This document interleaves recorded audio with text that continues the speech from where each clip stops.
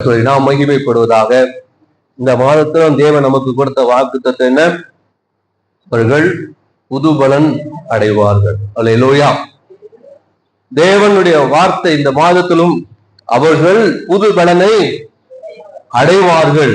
அதற்கு முன்பாக அதே வேத பகுதியிலே நம்ம அதற்கு முன்பான சில வசனங்களை வாசிக்கும் பொழுது கடைசி நாட்கள்ல நடக்கக்கூடிய பல சம்பவங்களையும் சொல்லி இருக்கிறது. அது போல ஏற்கனவே யூத ஜனங்கள் வாழ்க்கையில நடந்த பல சம்பவங்களையும் அங்கே நாம் பார்க்கிறோம். யூத ஜனங்கள் தேவனால் தெரிந்து கொள்ளப்பட்ட ஜனங்கள். தேவன் அவர்களை தெரிந்து கொண்டிருந்தார். ஆபிரகாமை ஆண்டவர் அழைத்தார். ஆபிரகாமுடைய சந்ததியா இருக்கிற அவர்கள் என்ன செஞ்சாங்க? ஆபிரகாமை போல இல்லாம அவங்க தேவன் மேல் விசுவாசம் வைக்காம, தேவனை தேடாம, தேவனை விட்டு விலகி அவர்கள் தூரமா என்ன செய்தார்கள்? வாழ்ந்தார்கள். அதனாலதான் அவர்களை தேவன் என்ன செய்தார்? கைவிட்டார். அந்நியர்கள் கையிலே அவர்களை ஒப்பு கொடுத்தார். ஆனாலும் தேவன் அவர்களுக்கு திரும்ப இறங்கினார். ஏன்னா ஆபிரகாமுக்கு தேவன் கொடுத்த அந்த வாக்கு தத்தத்தை நினைவு கூர்ந்து தேவன் மறுபடியும் அவர்களை பலப்படுத்த விரும்பினார். ஏன்னா பலவித பிரச்சனைனாலே அவர்கள் எப்படி இருந்தாங்கன்னா, தேவன் அவர்களை தொடர்ந்து அவர்களை தண்டித்து கொண்டு சிச்சித்து கொண்டு வந்து கொண்டே சிச்சித்து கொண்டு வருகிறதுனாலே அவர்கள் சோர்ந்து போனாங்க. அதனால ஆண்டவர் சோர்ந்து போயிருக்கிற அவர்களை பலப்படுத்த விரும்பினார். அதே போல இன்றைக்கும் சபையில திருச்சபைக்குள்ளும் பலவித காரியங்களை பலவித சூழ்நிலைகளினாலே ரட்சிக்கப்பட்டிருக்கிற எல்லா தேவ பிள்ளைகள் வாழ்க்கையில சோர்வுகள் இன்னைக்கு சூழ்ந்திருக்கிறதை பார்க்கிறோம். ரட்சிக்கப்பட்டாலும் அவர்களுக்குள்ளே சரியான வேத அறிவு இல்லாதனாலும், அவர்கள் சரியான தேவனோடு உறவு இல்லாதனாலும் இன்னைக்கு சோர்ந்து போறாங்க. சோர்ந்து போறதுக்கு ரெண்டு முக்கியமான காரணம். ஒண்ணு, அவர்கள் சரியான ஜெப வாழ்க்கை இல்லை, தேவனோடு சரியான உறவு இல்லை. இரண்டாவது, அவர்கள் சத்தியத்துல நிலை நிற்பதில்லை. சத்தியத்தை அவர்கள் அறியாம இருக்கிறது. அப்படிப்பட்டதான ஜனங்களை, தேவ பிள்ளைகளையும் தேவன் என்ன செய்கிறார்? பலப்படுத்த விரும்புகிறார். புது பலனால் அவர்களை நிரப்ப விரும்புகிறார். இந்த புது பலன் என்று சொல்கிறதான இந்த சொல், இது பொதுவாக ஆன்மீக சொல்லாக இருக்கிறது என்று நான் சொன்னேன். இந்த சொல் ஆன்மீக, அதாவது ஆவிக்குரிய ஒரு வார்த்தை. அப்படி என்றால் இந்த புது பலன் என்பது நம்முடைய உள்ளான வாழ்க்கையில ஏற்படக்கூடியதான ஒரு மாற்றத்தை அது குறிக்கிறது. அல்லேலூயா. ஆண்டவர் நமக்குள்ளே, நம்முடைய உள்ளான வாழ்க்கையிலே ஆண்டவர் என்ன செய்வார்? ஒரு மாற்றத்தை தருகிறார். இதனுடைய முதல் படி என்பது நம்முடைய ரட்சிப்பின் அனுபவம். அதே போல நாம் ஜெபிக்கும் பொழுது, நாம் வேதத்தை தியானிக்கும் பொழுது தேவன் நமக்குள்ளே தருகிற, அமர்ந்திருக்கிறதுனா சும்மா ஆண்டுடைய சமூகத்துல படுத்து தூங்குறது, நித்திரை செய்வதல்ல. அமர்ந்திருப்புகிறது என்னது? இன்னைக்கு நம்ம வாசித்த சங்கீதத்திலும் கடைசி வசனம் என்ன சொல்லி இருக்கிறது? வாசிங்க. வாசித்த சங்கீதத்தின் கடைசி வசனம் பாருங்க. கர்த்தருக்கு காத்துரு, அவர் உன் இருதயத்தை என்ன செய்வார்? அவருக்கு காத்திருக்கிறது என்ன அர்த்தம்னா, அப்படி சமூகத்துல உட்கார்ந்து ஜெபிப்பது, அவரை ஆராதிப்பது, அவருடைய வார்த்தைகளை தியானிக்கும் போது அவர் என்ன செய்கிறார்? நம்மளை ஸ்திரப்படுத்துகிறார். நம்முடைய இருதயத்தை ஸ்திரப்படுத்துகிறார், நம்மளை பலப்படுத்துகிறார். அதைத்தான் இந்த ஏசாயா 40:30 சொல்லும். அவருக்கு காத்திருக்கிறவர்களோ புது பலன் அடைவார்கள். உள்ளான வாழ்க்கையில தேவன் அவர்களை என்ன செய்கிறார்? பலப்படுத்துகிறார். அல்லேலூயா. ஆண்டவருக்குள்ள காத்திருக்கிற நனவு வரும் பொழுது, தாவீதை குறித்து நான் ஏற்கனவே சங்கீதத்துல சொன்னது போல, அவன் அந்த சிக்லாக்குல இருக்கிறதான அந்த காலத்துல அவனுடைய அதாவது அமெரிக்கர் வந்து அவனுடைய குடும்பத்தை எல்லாம் கொண்டு போன பொழுது அங்க இருக்கிற மற்றவங்களும் அவன் மேல கல்லெறிய பார்த்தாங்க. ஆனா தாவீதோ தேவனுக்குள்ள என்ன செய்தான்? தன்னை திடப்படுத்தி கொண்டான் என்று வேதத்திலே சொல்லப்பட்டார். தேவனுக்குள்ளே தன்னை அவன் திடப்படுத்தினான், காத்திருந்தான். தேவன் அவனை பலப்படுத்தினார். அவ்வளவு பிரச்சனையில் அவன் ஓடி போகல. நீங்க எல்லாம் ஓடி போங்க, என்னை தனியா விட்டுருன்னு சொல்லல. யாருக்கு எந்த இதுவும் பேசல. பிரச்சனை நேரத்துல மற்றவர்கிட்ட பேசாமல் இருக்கிறது நமக்கு ரொம்ப நல்லது. நம்ம விசுவாசம் சில நேரம் போயிடும். அதே நேரத்துல பல குழப்பத்துக்குள்ள நான் போய்விடுவோம். அந்த நேரத்தில் அவன் தேவ சமூகத்திலே அவன் காத்திருந்த பொழுது தேவன் அவனை என்ன செய்தார்? பலப்படுத்தினான். கர்த்தருக்குள் அவன் என்ன செய்தான்? திடப்படுத்தப்பட்டான். அதற்கு ஆண்டு சொல்றார், இப்போ அந்த தண்டை என்ன செய்வார்? திருப்பிக் கொள்வார். ஆண்டவர் அதுக்கான சொல்யூஷனை கொடுக்கிறார். பிரச்சனைக்கான தீர்வையும் ஆண்டவர் கொடுக்கிறார். அப்போ நம்ம ஆண்டவருக்குள்ள காத்திருக்கும் பொழுதுதான் தேவன் நம்மை பலப்படுத்தி நம்மளை என்ன செய்கிறார்? ஆண்டவர் பயன்படுத்துறார். அதே போல அந்த ஏசாயா 40:40 நாம் வாசிக்கும் பொழுது 30ஆம் வசனத்துல சொல்கிறது, இளைஞர் இளைப்படைந்து சோர்ந்து போவார்கள், வாலிபரோ சரீர பிரகாரமாகவும். இன்னைக்கு இளைஞர்களாக இருக்கிறவர்கள் வேகமா வண்டியில் 2 வீலர்ல நம்ம போயிட்டு இருக்கும் போது நம்மளை விட அப்படியே இப்படி இப்படி, ஏன்னா அவனுக்கு தான் வண்டி ஓட்ட தெரியும் அவங்க நினைக்கிறான். 2 வீலர்ல வாலிபர்கள் வண்டி ஓட்டும் போது கார் போனா கூட எங்க இருந்தா 4 பேர் பின்னாடி நின்று இருப்பாங்க. இவன் உடல சொல்லிட்டு நிற்பான். எங்கேயும் போக முடியாது. எல்லாருக்கும், ஏன்னா அவனுக்கு தான் வண்டி ஓட்ட தெரியும். அவன் தான் ரொம்ப திறமசாலி மாதிரி அவனுக்குள்ள என்ன.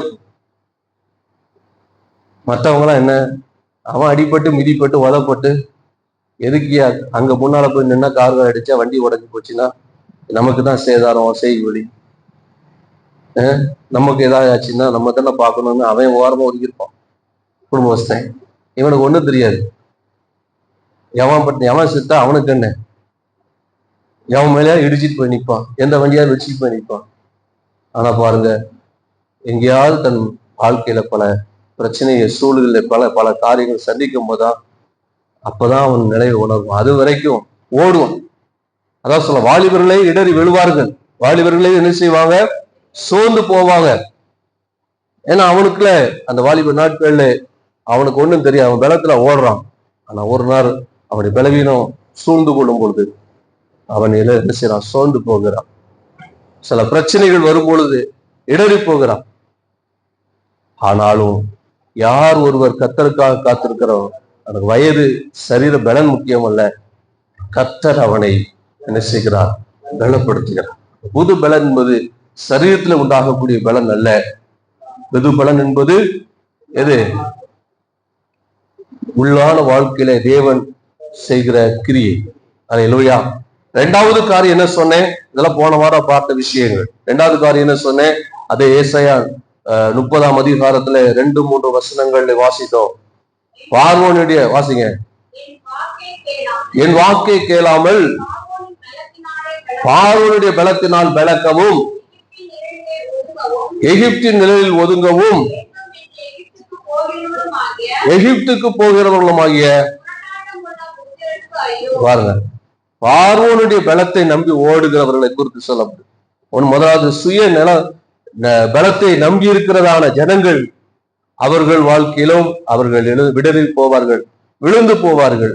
2வது மற்றவங்க பலத்தை, மற்ற மனிதர்களை தேடி ஓடுகிறவர். பார்வோன் என்று சொல்லும் பொழுது அன்றைக்கு வலிமை வாய்ந்த ஒரு கூட்டம், அவங்ககிட்ட எல்லாமே இருந்துச்சு.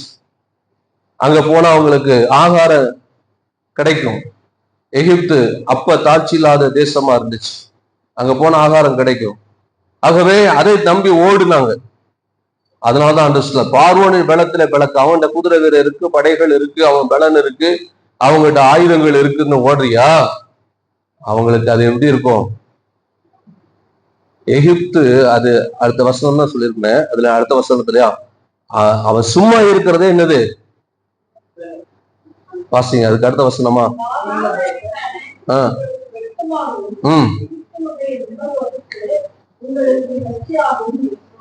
7ஆம் வசனமா? வாசிங்க, அவன் சும்மா இருப்பதே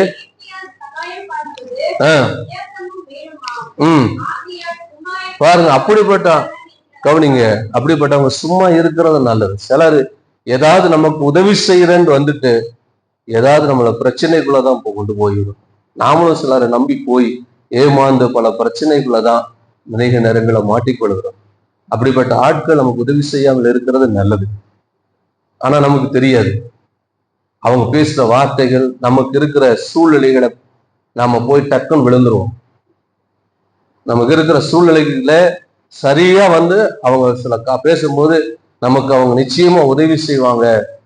அவங்க உதவியால் தான் நம்ம நிச்சயமா அந்த பிரச்சனையில மேற்கொள்ள முடியும் நம்ம நினைச்சு விழுந்து போயிடும். அவங்க சும்மா இருக்கிறது. அது ஒருவேளை அரசியல் செல்வாக்கு உள்ளவங்களா, அதிகாரம் உள்ளவங்களா, படித்தவர்களா, என்ன சில பொறுப்புல இருக்கக்கூடியவர்கள், என்ன இதுல கவர்மெண்ட்ல அதிகாரத்துல பொறுப்புல இருக்கிறவர்கள், அதே போல வக்கீல். சில நேரங்கள்ல நிறைய பிரச்சனையில நம்ம யாரை தேடி போறோம்? வக்கீல், அட்வொகேட் தேடி போறோம். அவன் உதவி செய்வானா? அவனுக்கு நல்லாத போச்சு, நல்ல ஆள் கிடைச்சா அவனுக்கு தேவையான அடுத்த ஆள் கிடைக்கிற வரைக்கும் நம்மளை வச்சு காலத்தை ஓட்டுவான்.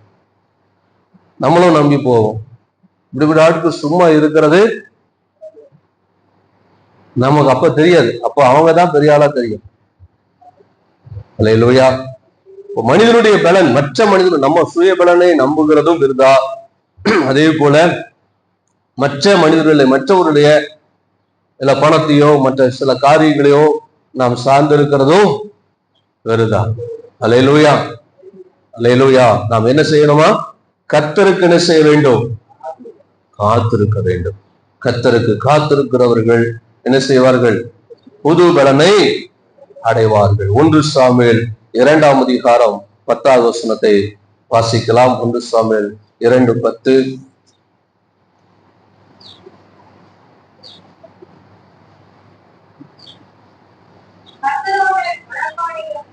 கொஞ்சம் வாசல் உட்காந்துருக்கோம், கொஞ்சம் உள்ள வந்து வாசிங்க. 1 சாமுவேல் 2:10.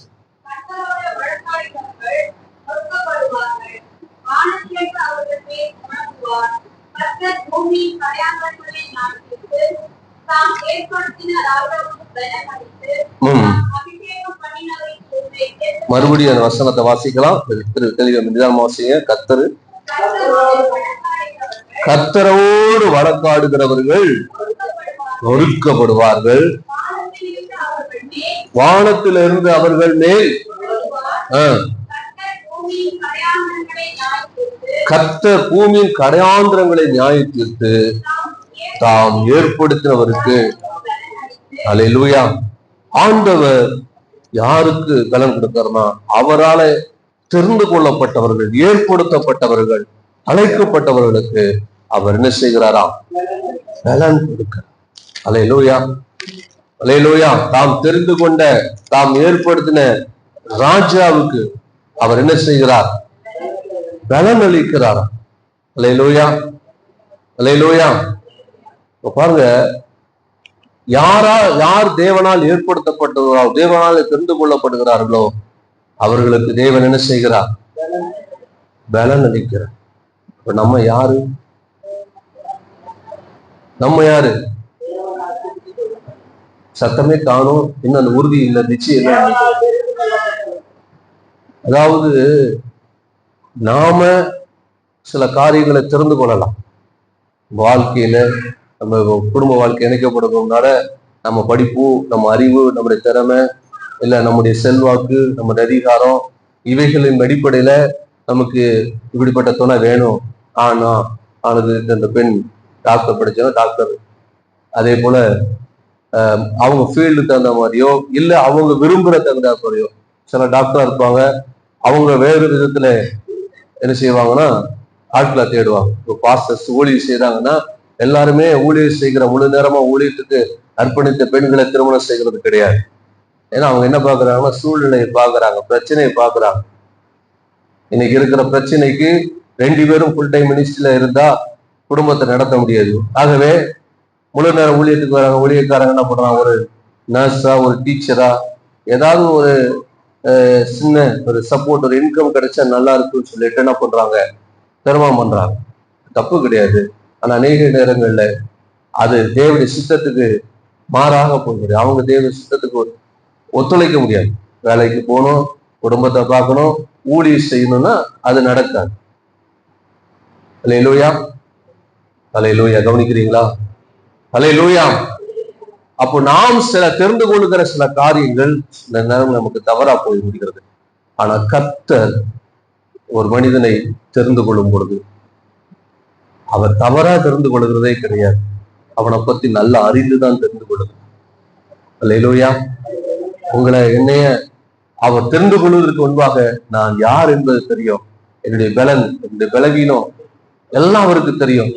நான் பாவியா அக்கிரமக்காரனா இருக்கும் போதே அவர் என்னை தெரிந்து கொண்டார். நான் பெரிய திறமசாலி, நீங்க இருக்கிற எல்லாருமே பெரிய திறமசாலி கிடையாது. இந்த உலகத்துல நம்மளை விட திறமசாலிகள் நிறைய இருக்கிறாங்க, நம்மளை விட படித்தவர்கள் நிறைய இருக்கிறாங்க, நம்மளை விட செல்வாக்குள்ளவர்கள் அதிகாரத்துல இருக்கிற ஜனங்கள் எல்லாம் இருக்கிறாங்க. ஆனாலும் கர்த்தர் நம்மளை என்ன செய்திருக்கிறார்? பரிசுத்த பவுல் சொல்றது மாதிரி நம்ம அநேகர் யார் இல்ல? ஞானிகள் இல்லை. அநேகர் நம்மளை திறமசாலிகள் கிடையாது. ஞானிகளை வெட்கப்படுத்தும்படி தேவன் இந்த பைத்தியமானவைகளை தெரிந்து கொள்கிறார். இல்லாதவைகளை, இழிவானவைகளையும் பலவீனமானவைகளையும் தேவன் தெரிந்து கொண்டிருக்கிறார். அல்லேலூயா. அப்ப கர்த்தர் நம்மை தெரிந்து கொண்டிருக்கிறார். அப்போனா நம்மை பற்றி அவருக்கு நல்லா தெரியும். தெரிந்துதான் தெரிந்து கொண்டது, தெரியாம ஒண்ணு கிடையாது.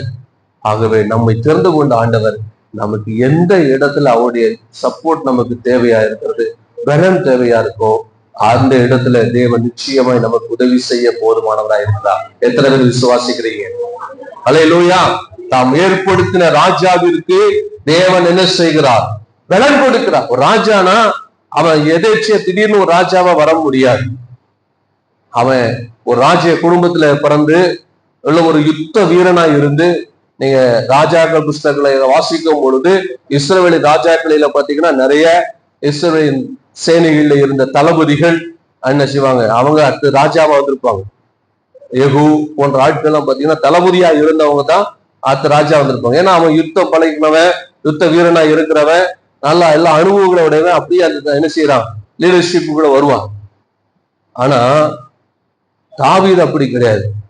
தாவீதுடைய தகப்பன் யுத்த வீரன் கிடையாது, ராஜ குடும்பம் கிடையாது, தாவீதுக்கும் யுத்த பழக்கம் கிடையாது. தாவீதுக்கு இருந்த அனுபவங்கள் எல்லாம் ஆடு மேய்க்கிற அனுபவம். அதான் தாவீது சொல்றான், ஆண்டவரே ஆடுகளுக்கு பின்பாக இருந்த என்ன கொண்டு போய் ராஜாவா என்ன செய்தீர்? யோசித்து பாருங்களேன், எந்த வித தகுதியே இல்லாதவன் தாவீது. தாவீதுக்கு எந்த அனுபவமும் கிடையாது. எந்த அனுபவம் இல்லாதவனை கொண்டு போய் ஒரு ராஜாவா கர்த்தர் நிறுத்துறாருன்னா அப்ப அவனுக்கு எந்தெந்த இடத்துலலாம் கர்த்தர் அவனுக்கு உதவி செய்திருப்பாருன்னு யோசித்து பாருங்க. அல்லேலூயா. அவன் என்னென்ன ஒரு ராஜாவா என்ன, அவன் எவ்வளவு என்னென்ன பிரச்சனைகள் அவன் சந்திக்கணும், என்னென்ன பிரச்சனை சந்திச்சிருப்பான். எல்லா விதத்திலும் கர்த்தர் அவனுக்கு பலன் கொடுத்தார். எத்தனை விசுவாசிக்கிறீங்க? அல்லேலூயா. கர்த்தர் உங்களையும் என்னையும் தெரிந்து கொள்ளும் பொழுது உங்களை என்னை எதற்காக தெரிந்து கொண்டு, அதாவது நமக்கு இன்னைக்கு நம்ம எப்படி இருக்கோம் இதுதான் இன்னைக்கு நமக்கு தெரியும். ஆனா நாம் யாரா இருக்கணும், எங்க இருக்கணும்னு ஏற்கனவே ஆண்டவர் நம்மளை தெரிந்து கொள்வதற்கு முன்பாகவே நம்மை குறித்து தேவன் முன்குறித்து வைத்திருக்கிறார். அல்லேலூயா. நான் இந்த இடத்துல இன்னைக்கு இந்த நிலையிலே கர்த்தர் என்னை வைத்ததை நான் ரட்சிக்கப்படுவதற்கு முன்பு கூட எனக்கு தெரியாது. ஆனா இந்த இடத்துல நிற்பதற்கு, இந்த நிலையிலே நான் வந்து நிற்பதற்கு கர்த்தர் ஏற்கனவே என்னை தெரிந்து கொண்டிருந்தது. அப்படின்னாலே ஆண்டவர் அதற்கு வேண்டிய பலனை எனக்கு அவ்வப்போது தந்து என்னை பலப்படுத்தி நிலைநிறுத்தி வைத்திருக்கிறார். எத்தனை பேர் விசுவாசிக்கிறீங்க? அல்லேலூயா. இன்றைக்கு நான் இருக்கிற இந்த நிலை என்பது என்னை விட படித்தவர்கள், என்னை விட திறமசாலி ஆட்கள் இருக்கிறார். ஆனா என்னை விட திறமையுள்ள ஆட்களை காட்டிலும் கர்த்தர் என்னை அவர்களுடைய மேலான நிலையில் என்ன செஞ்சிருக்கிறார்? வைத்திருக்கிறார். அல்லேலூயா. அதற்கு காரணம் அவர் தெரிந்து கொண்டார், அவர் என்னை பலப்படுத்துகிறார். கர்த்தர் உங்களை தெரிந்து கொண்டிருந்தார், கர்த்தர் உங்களை அழைத்திருந்தார், கர்த்தர் உங்களை ரட்சித்திருந்தார், நிச்சயமாய் தேவன் உங்களுக்கு பலனை தருவார். எத்தனை பேர் விசுவாசிக்கிறீங்க? அவ்வளவுதானா? அவ்வளவுதானா? நான் சொல்லும் போது எனக்கு ஒரு வசனம் ஞாபகத்துக்கு வருது, நான் அதை சொல்ல விரும்புகிறேன். ஏசாயா தீர்க்க தரிசன புஸ்தகத்துல இன்னைக்கு காலையில தான் வாசித்தேன்னு நினைக்கிறேன். இன்னைக்கு காலையில நேற்று வாசித்த ஞாபகம் இருக்கிறது. ஏசாயா 43ஆம் அதிகாரத்திலே, ஏசாயா 43ஆம் அதிகாரம் முதல் வசனத்திலிருந்து வாசிக்கலாம். பாருங்க, இப்போதும் யாக்கோபே உன்னை சிருஷ்டித்தவர், உன்னை உண்டாக்கினவர், இஸ்ரவேலே உன்னை, யாக்கோபுனா யாக்கோபுங்கிற ஒரு தனிப்பட்ட மனிதன் இல்ல, யாக்கோபுடைய சந்ததி இஸ்ரவேல் ஜனங்களை குறித்து சொல்லி இருக்கிறார். உன்னை உண்டாக்கினவர், உன்னை சிருஷ்டித்தவர், உன்னை உருவாக்கினவர், பயப்படாதே, ம் உன்னை நான் மீட்டுக் கொண்டேன், ம் உன்னை பேசும்படி அழைத்தேன், ம் நீ என்னுடையவன். சரி, தொடர்ந்து வாசிங்க. அப்படியே வாசிட்டு வாங்க. நீ தண்ணீர்களை கடக்கும் போது ம் நான் உன்னோடு இருப்பேன், ம் நீ ஆறுகளை கடக்கும் போது ம் அவைகள் ஒன்றை பொருளுவதில்லை, ம் நீ அக்கினியில் நடக்கும் போது ம் வேகாதிகமாய் ம் அக்கினி குமாரை உன்மேல் பற்றாது. ம் நான் இஸ்ரவேல் பரிசுத்தரும் ம் உன்னை ரட்சிக்கிறவரும் உன் இரட்சகருமாய் இருக்கிற உன் தேவனாகிய கர்த்தர் உன்னை மீட்கும் பொருளாக எகிப்தையும் உனக்கு ஈடாக எத்தியோப்பியாவையும் சேபாவையும் கொடுத்தேன். பாருங்க என்று சொல்றாரு. யாக்கோபே, உன்னை உருவாக்கினது நான், உன்னை சிருஷ்டித்தது நான், உனக்காக நான் என்ன செஞ்சேன்? உன்னை மீட்பதற்காக எகிப்தை கொடுத்தேன். இஸ்ரவேல் ஜனங்களை எகிப்திலிருந்து மீட்கும்படி தேவன் எகிப்திய ஜனங்களை பலியாக்கினார். தலைப்பிள்ளைகளை சங்கரித்தார். சங்கரித்தாரா இல்லையா? சங்கரித்தாரா இல்லையா? சத்தமே வர மாட்டேன்ற. அல்லேலூயா. உன்னை மீட்கும் பொருளாக என்ன செய்தேன்? எகிப்தையும் உனக்கு ஈடாக எத்தியோப்பியாவையும் சேவாயும் என்ன செய்தேன்? கொடுத்தேன். ஆண்டவர் உங்களை என்னையும் மீட்கும்படியாக எதை கொடுத்திருக்கிறார்? தன்னுடைய ஒரே பேரான குமாரனை கொடுக்கிறது. விசுவாசிக்கிறீங்களா? எத்தனை பேர் விசுவாசிக்கிறீங்க? கரங்களை தட்டி அவருக்கு மகிமை செலுத்துங்க. எனக்காக, உங்களை மீட்பதற்காக இயேசுவை பிதா நமக்காக கொடுத்திருக்கிறார். பிதா தம்முடைய ஒரே பேரான குமாரனை நமக்காக ஜீவ பலியாக கொடுத்திருக்கிறார். இயேசு நமக்காக பலியாக்கப்பட்டிருக்கிறார். அதனாலதான் சொன்னாரு, ஒரே பேரான குமாரனை உங்களுக்காக கொடுத்த அவர் மற்ற எல்லாவற்றையும் சொல்லுங்களேன். வசனத்தை ஏதோ பாதியில நிப்பாட்டுற நீங்க ஃபில் பண்ணணும். எப்படி? அதுல இன்னொரு ஃபில் பண்ணணுமா? எப்படிங்கிறத அல்லேலூயா. அப்ப பாருங்க, ஆண்டவர் சொல்றாரு, உன்னை உருவாக்கினது நான், உன்னை தெரிந்து கொண்டது நான். அதனாலதான் உன்னை மீட்பதற்காக நான் என்ன செஞ்சேன்? எகிப்தை கொடுத்தேன், எத்தியோப்பியாவை கொடுத்தேன், சேபாவை கொடுத்தேன். நம்மை மீட்பதற்காக ஆண்டவர் தன்னுடைய ஒரே பேரான குமாரனாக இயேசுவை என்ன செய்திருக்கிறார்? கொடுத்திருக்கிறார். ஆகவே தான் ஆண்டவர் சொல்றார். அடுத்து 4 வசனத்தை வாசிங்க. நீ என் பார்வைக்கு என்னையா செஞ்சான்? யாக்கோபு ஒரு எத்த. சரி, யாக்கோபு விடுங்க, அவன் பிள்ளைகளால் ஒழுங்கா இருந்துச்சுங்களா? வனாந்தரத்துல முறுமுறுத்தவங்க அப்படித்தானே? பெரிய விசுவாச வீரர்களா? இயேசு காலம் வரையிலும் அப்படித்தான் இருந்தாங்களே. இயேசுவே சொல்லுகிற, ஆபிரகாம் விசுவாசித்தான் நீதியான. ஆபிரகாம் விசுவாசம் அவங்ககிட்ட இல்லையே அப்படிங்கிறாரு. ஆனா ஆண்டவருக்கு சொல்றார், நீ என் பார்வைக்கு அருமையானது. எதை வச்சு சொல்றாரு? நம்ம ஜப வாழ்க்கையை வச்சா? நம்முடைய நீதியை வச்சா? நம்முடைய உண்மையை வைத்தா? எதை வைத்து ஆண்டவர் சொல்லுகிற உங்களை என்னையும் பார்த்து நீ என் பார்வைக்கு அருமையானவன்? அவருடைய ரத்தம் நமக்காக விளக்கரையமா கொண்டு நம்மை படைத்தவர், நம்மை உண்டாக்கினவர், நம்மை சிருஷித்தவர். அதனால அவர் நம்மளை அப்படி பார்க்கிற பிள்ளையை போல பார்க்கிற. அல்லேலூயா, அல்லேலூயா. அதனால சொல்றாரு, வாசிங்க.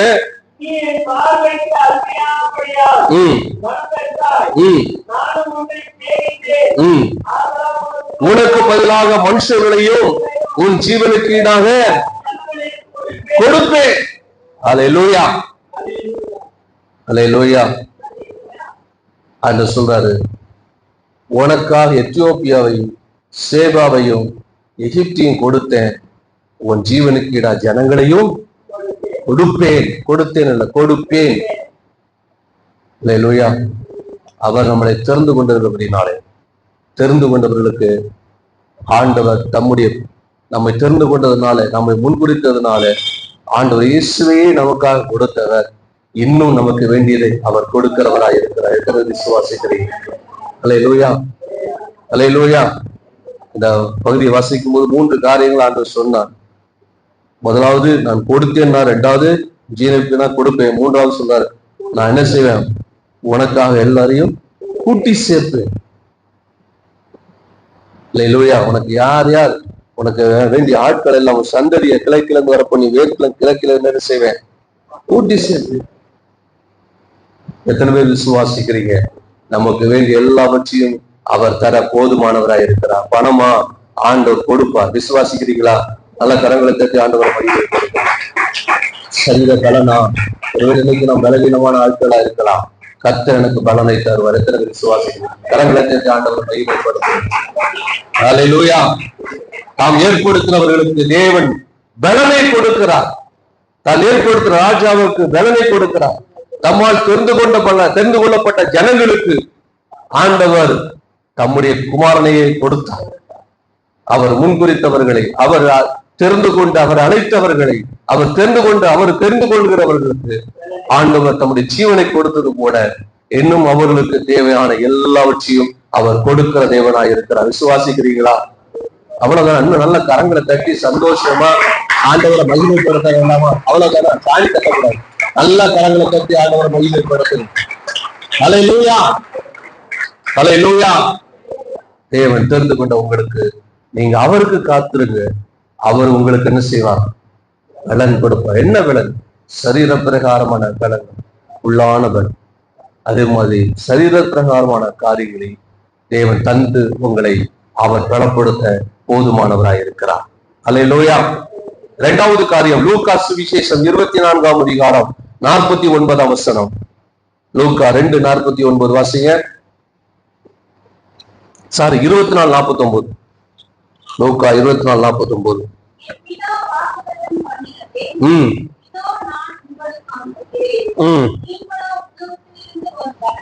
உன்னதத்திலிருந்து வரும் பல நாள் கற்பிக்கப்படும் வரைக்கும் எருசலேமில் என்ன செய்யுங்க? இரண்டாவது, தேவன் அவருக்கு ஆண்டவர் நம்முடைய வாழ்க்கையில் நமக்கு அவர் உன்னத பலனை தருகிறார். ஹல்லேலூயா. உன்னத பலன். உன்னதம் என்ன அர்த்தம்? ஏற்கனவே சொல்லி இருக்கிறேன். உன்னதமானவர். உன்னதம் அப்படின்னு என்ன அர்த்தம்? பரலோகமா? உன்னதம் என்னது? தேவன் வாசம் பண்ணுற இடமா? உங்க மைண்ட்ல இருக்கிறது இல்ல, நான் சொன்னதை கேட்கல. உன்னதம் என்னது? இருக்கிறதுல ரொம்ப ஹையான இந்த வானம் நாம் பார்க்கிற இது என்னது? ஆகாய விரிவு. இந்த ஆகாய விரிவை காட்டு மேலான இடத்துல, உன்னதமான இடத்துல வாசம் பண்ணுகிறவர் நம்முடைய தேவன். அதனாலதான் அவர் உன்னதமானவர், உயர்ந்த இடத்துல வாசம் பண்ணுகிறவர். ஆகவே இந்த பூமியில் இருக்கிற பலன் அல்ல, உன்னதமான பலனினால் ஆண்டவர் நம்மை நிரப்புகிறவராயிருக்கிறார். எத்தனை பேர் விசுவாசிக்கிறீங்க?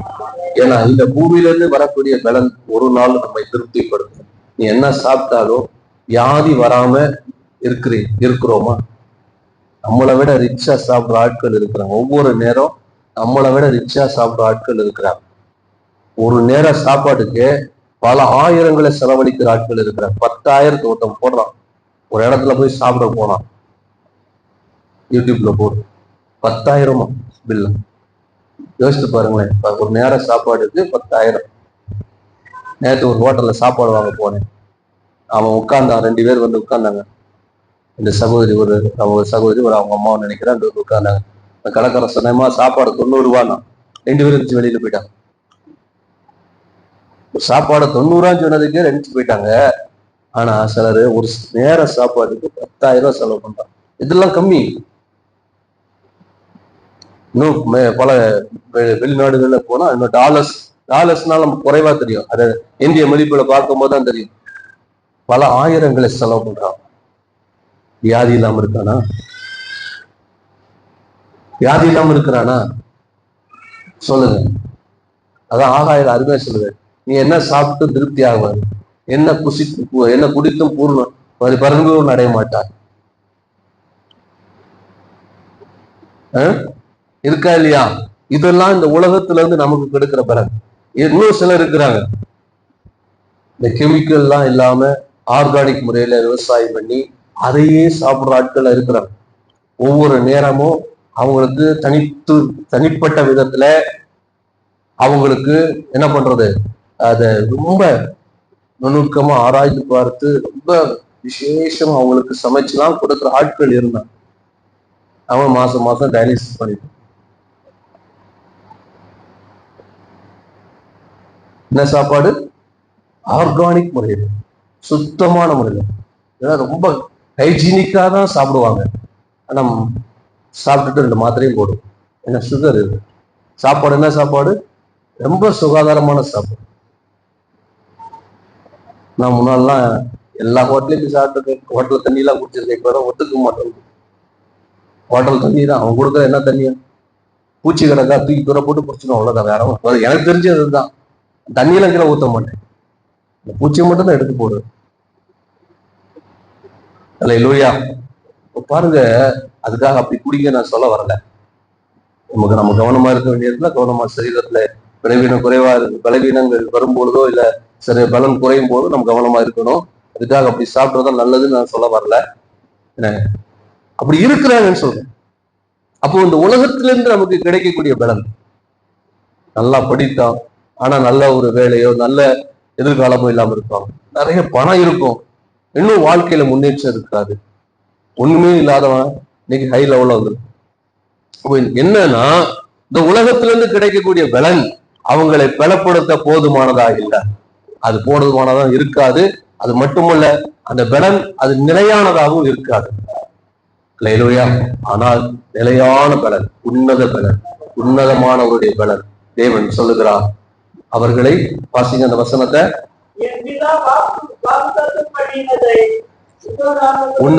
உன்னத பலன்லாம் நிரப்பப்பட வருகிற வரைக்கும் அந்த வசனத்தை உன்னதத்திலிருந்து வருகிற அப்ப எந்த பலத்தினால் நாம் நிரப்பப்பட வேண்டுமா? உன்னதத்திலிருந்து வருகிற பலத்தினால் நிரப்பப்பட வேண்டும். எத்தனை பேர் விசுவாசிக்கிறீங்க? எனக்கு உன்னதத்திலிருந்து வருகிற பலன் தேவை. கையை காணுமே. என்ன பலன் தேவை சொல்லுங்க. என்ன பலன் தேவை? உன்னதத்திலிருந்து வருகிற பலன். நிரப்பப்படுகிற வரைக்கும் காத்திருக்கு. அல்லேலூயா. எதுக்கு காத்திருக்கணும்? உலகத்திலிருந்து வருகிற பலனுக்காக. யாரா பணம் கொடுக்குறேன்னு சொல்லியிருப்பான், அதுக்கு காத்திருப்போம். அரசாங்கம் கொடுக்கிற பணத்துக்காக கியூல நிற்போம். ஆனா உன்னத பலனுக்காக ஒரு நாள் ஒரு மணி நேரம் 1 Corinthians 2ஆம் அதிகாரம் 4 வசனம்.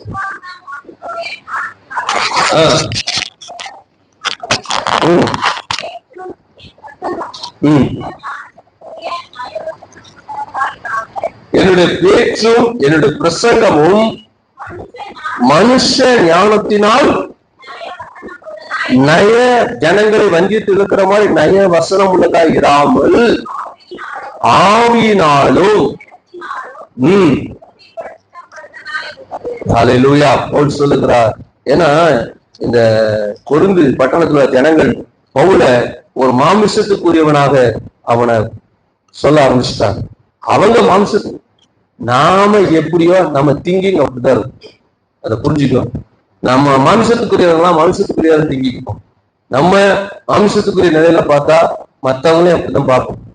அவன் நல்லா இருக்கிறான், அவன் எப்படி இருக்கிறானே, இது மாம்சம். ஆவிக்குரியவர்களா இருப்பவனா ஆவிக்குரிய எல்லாம் பார்ப்போம். அவன் நல்லா இருக்கிறான், ஸ்தோத்திர ஆண்டவர். என்னை விட நல்லா வளர்ந்துட்டு போறான், ஸ்தோத்திர ஆண்டவர். எனக்கு தீங்கு போனா ஆனா இன்னைக்கு நல்லா இருக்கான், ஸ்தோத்திர ஆண்டவர். இதான் ஆவிக்குரிய நிலை. மாம்சத்துக்குன்னா எப்படி நான் எவ்வளவு ஜெபம் பண்ண, நான் இருக்கிறேன், அவன் எப்படி வந்துட்டான் பாரு. ஆனா ஆவிக்குரிய நிலையில இருக்கிறவன் இவங்க மாமிசத்துக்குரிய நிலையில இருக்கிறதுனால சொல்றாங்க. ஆனா பவுல் சொல்றாரு, என்னுடைய பிரசங்கமும் சொல்லுங்க, என்னுடைய பிரசங்கமும் பேச்சும் மனுஷ ஞானத்துக்குரியவர்களா நய வஞ்சகங்களா இராமல் ஆவினாலும் பலத்தினாலும் உறுதிப்பட்டதா இருக்கிறது. அல்லேலூயா. நம்முடைய பேச்சு, நம்முடைய பிரசங்கம், நம்முடைய செயல்கள் எல்லாம் ஆவினாலும் தேவ பலத்தினால் உறுதிப்பட்டதா இருக்கிறது. எத்தனை பேர் விசுவாசிக்கிறீங்க? அதுக்காக காத்திருக்கணும். சுய வசனம், சுய ஞானம், சுய திறமையில நம்ம அனுபவத்துல இருந்து எப்பொழுதுமே பேசிட்டு இருக்க கூடாது. எப்பவும் அனுபவத்தையே பேசிட்டு இருக்க கூடாது. அனுபவம் தேவைதான். அது கூட தேவ ஆவினாலே ஏவப்படும் பொழுது தேவ பலத்தினால் நிரப்பப்பட்டதா காணப்படும். இல்லையா? அன்னைக்கு நான் இங்க நிக்கிறேன்னா என்ன சொல்ல கூட தேவனுடைய பலன். பிரசங்கம் எல்லாமே அவர். நான் உட்கார்ந்து எனக்கு ஆயத்தை கொடுத்து ஜெபம் பண்ணி அவருடைய வல்லமை பெற்றுக்கொண்டு 40 நாள் உபவாசித்து தேவ தரிசனத்துல ஆண்டவர் இயேசு கிறிஸ்து அங்கே அவரோடு உட்கார்ந்து பாயசத்தை குடிச்சிட்டுலாம் நான் வரல, அவரோட டீ குடிச்சிட்டுலாம் நான் வரல. நான் டீ குடிச்சேன், அவ்வளவுதான். என் பசி, என் தேவி 40 நாள் உட்கார்ந்து அவரோட போய் டீ குடிச்சிட்டு வரணும். இதெல்லாம் இப்படிலாம் இன்னைக்கு நிறைய நல்ல உபதேசம் எழுது. அவன் சொல்லப்போனா அது நல்ல உபதேசம். அல்லேலூயா, அல்லேலூயா. நம்முடைய பேச்சு, நம்முடைய பிரசங்கமும் தேவ பலத்தினால் ஊட்டப்பட வேண்டும். விசுவாசி அதுதான் கிரியை செய்யும், அதுதான் கிரியை செய்யும். எது தேவ பலத்தினால் உறுதிப்படுத்தோ அதுதான் கிரியை செய்யும். அல்லேலூயா, அல்லேலூயா. உங்க பேச்சு, உங்க பிரசங்கம் அது உறுதிப்பட வேண்டும். அது தேவ பலத்தினால் உறுதிப்படும் போதுதான் அது மற்றவங்களுக்கு ஆசீர்வாதமா இருக்கும். அல்லேலூயா. தொடர்ந்து வாசிங்க. அதே 1 கொரிந்தியர் 1ஆம் அதிகாரம் 18ஆம் வசனம் வாசிங்க.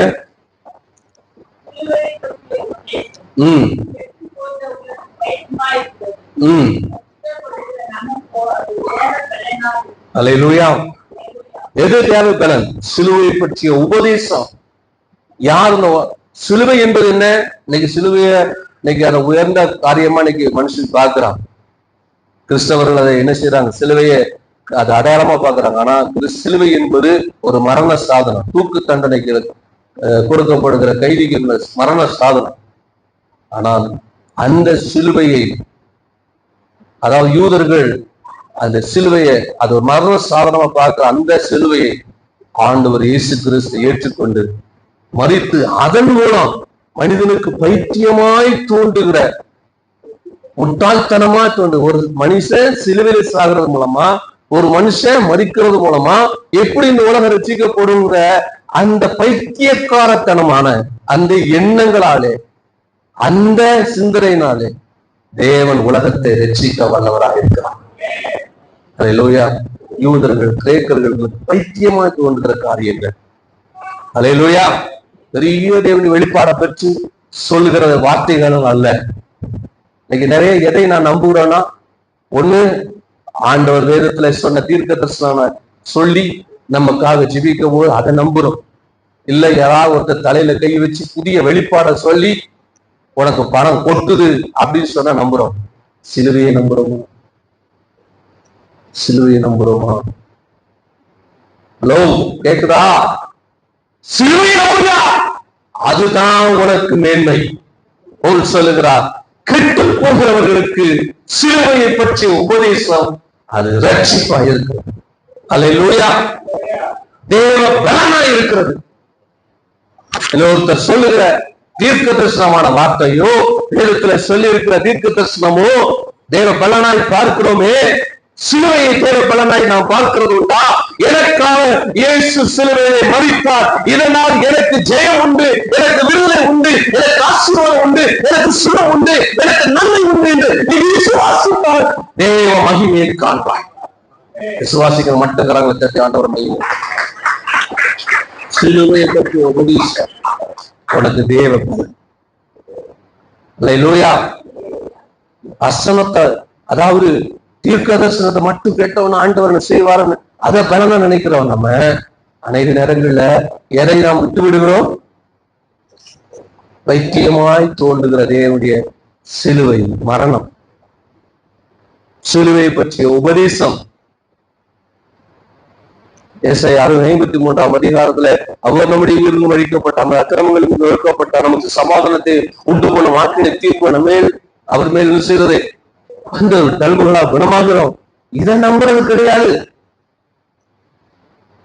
சிலுவையை நம்புறது கிடையாது. சிலுவையை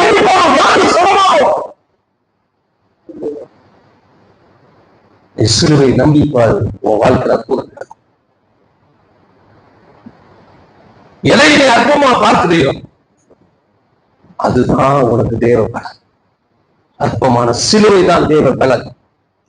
சிலுவை பெற்ற உபதேசம், இயேசு சிலுவையை மரித்ததை குறித்து சொல்லப்படுகிற சிலுவை மரணம், அதுதான் இந்த உலகத்திற்கு ரட்சிப்பு, அதுதான் இந்த உலகத்துக்கு ஆசீர்வாதம், அதுதான் தேவ பலன்.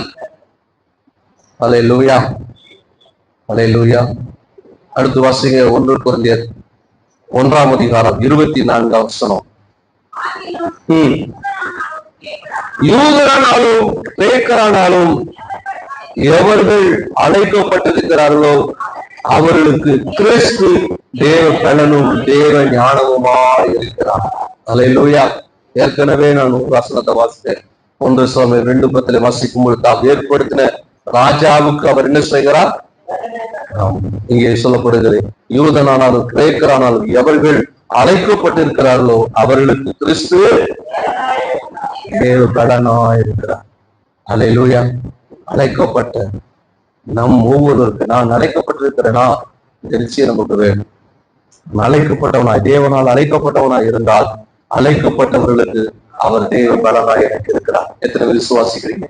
நல்ல கரங்களை உயர்த்தி ஆண்டவரை மகிமைப்படுத்தலாம். நல்ல கரங்களை தட்டி ஆண்டவரை மகிமைப்படுத்தலாம். அல்லேலூயா. அல்லேலூயா. தேவன் என்னை அழைத்திருந்தார், அவர் எனக்கு பலனாய் இருந்தார். அல்லேலூயா. அல்லேலூயா. கிறிஸ்து எனக்கு பலன், கிறிஸ்து எனக்கு ஜீவன். கிறிஸ்து எனக்கு ஜீவன், சாவு எனக்கு என்னை பலப்படுத்துகிறவர் கிறிஸ்து என்று சொல்ல. ஏன்? நான் அழைக்கப்பட்டிருக்கேன். யூதனான கிரேக்கரான அன்றைக்கு தேவன் பழையற்பாடு நாட்களிலே, முக்கியமா இயேசு கிறிஸ்து நாட்களிலே 2 கூட்டம், யூதன் அதே போல கிரேக்கர். கிரேக்கர்னா உலகம் முழுவதும் கிரேக்கர்கள் அன்றைக்கு பறந்திருந்தாங்க. புறஜாதிகள் எல்லாரும் கிரேக்கர்களாக அழைக்கப்பட்டார். யூதர்கள் கிரேக்கரோடு என்ன செய்வதில்லை, அவர்கள் அவர்களை இணைக்கிறது கிடையாது. ஆகவே தேவனால் அன்னைக்கு தந்து கொள்ளப்பட்ட ஆபிரகாமுடைய சந்ததி, யாக்கோபுடைய சந்ததி ஆகிய யூதர்களாக இருந்தாலும் அது அல்லாத புறஜாதிகளாய் எண்ணப்பட்ட கிரேக்கர்களாய் இருந்தாலும் எவர்களை தேவன் அழைத்திருக்கிறார்களோ அவர்களுக்கு அவர் தேவ பலனாய் இருக்கிறார். உங்களை ஆண்டவர் அழைச்சாரா? சகோதரி உங்களுக்கு அழைச்சாரா? அழைச்சாரா இல்லையா? அழைச்சார்னு அவர் உங்களுக்கு பலனாய் இருப்பாங்க. கைவிட மாட்டார். அல்லேலூயா. அழைத்து அவர் உங்களுக்கு அவர் எப்படி இருக்கிறார்? தேவ பலனாய் இருக்கிறார். கண்களை மூடி சென்னிட்டு போகிறோம். எல்லாரும் நல்லா முழங்கால் படிக்காது, நின்றாது ஜெபம் பண்ணுங்க. உட்கார்ந்து இருக்கிறவங்க ரொம்ப முடியலன்னா பரவாயில்ல உட்கார்ந்து போங்க, இல்லைன்னா எழுந்து கொஞ்சம் நல்லா ஜெபம் பண்ணுங்க. கர்த்தர் உங்களை பலப்படுத்தும். கை கால்களை உங்க முழங்கால்களை தேவன் பலப்படுத்துவான். அல்லேலூயா. ரபா ரஷபா ரபா ரீகா தாரா ரபா ரீகா தாரா பாரா